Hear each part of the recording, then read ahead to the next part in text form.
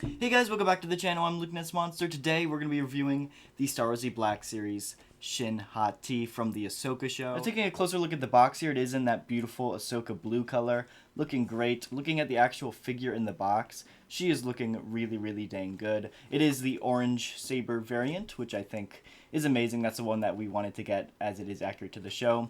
Looking at the side box art here, this box art looks incredible. I love how this mural came out. It looks great. The likeness to the actress is incredible.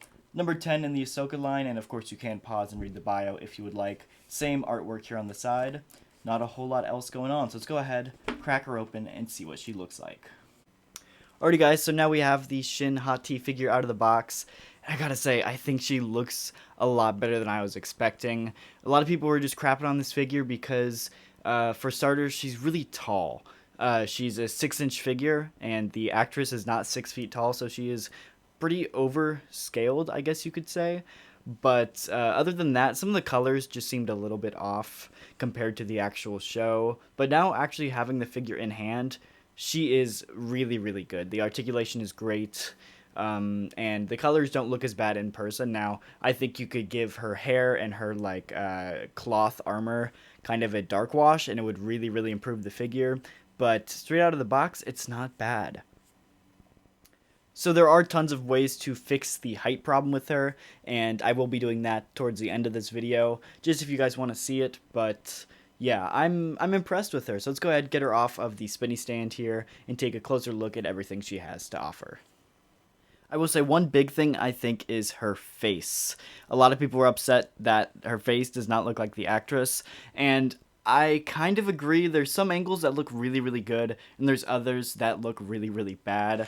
I'll try to throw up some photos of some really good angles that I found, but there's some kind of like the side profile, which I think just looks really bad. Now, I do think the hair throws it off a little bit. Again, I think a dark wash on the hair to kind of present some depth and dimension to the hair would really help and bring out her face a little bit more.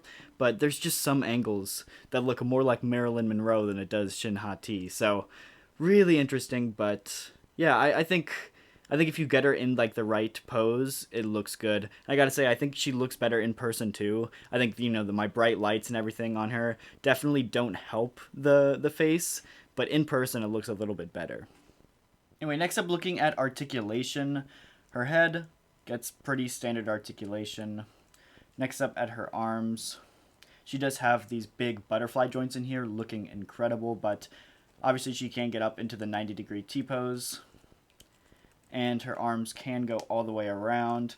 The shoulder pads are on that O-ring like normal, and they are not hindered at all by those butterfly joints. Elbows, of course, can get past 90, looking great. And then, of course, her wrists have a vertical hinge and two vertical hinges. Wow, that's nice.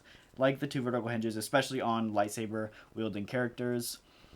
At her waist, she does have just a standard ball joint.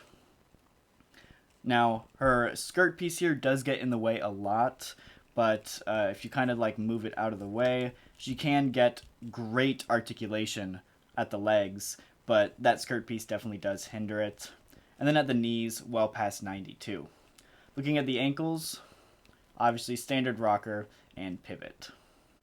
Alrighty, so we actually just went ahead and finished the leg swap, so now we have Moff Gideon's thighs here on Shin, and it has made her significantly shorter, which is really good. So this is a lot closer to what her actual height in the show is, and that will definitely bring this figure together a little bit better.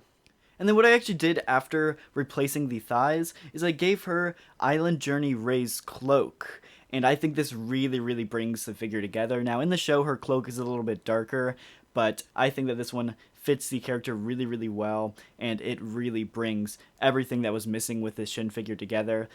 I love this. I really love how it turned out, and I do think that if you have the Island Journey Rey, or you have the cloak, you should definitely put it on your Shin figure because it looks amazing. And if not, you should probably go out and pick up an Island Journey Rey.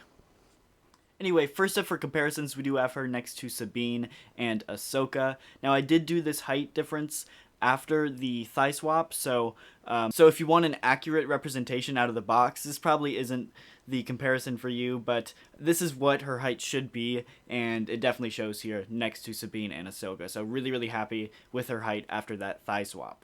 And even after the thigh swap, she's about the same height as Ezra and a little bit taller than Morgan Elsbeth. Now, unfortunately, I don't own Balin and Morok to do a comparison to them. I'll get them, and as soon as I get them, I'll post a review.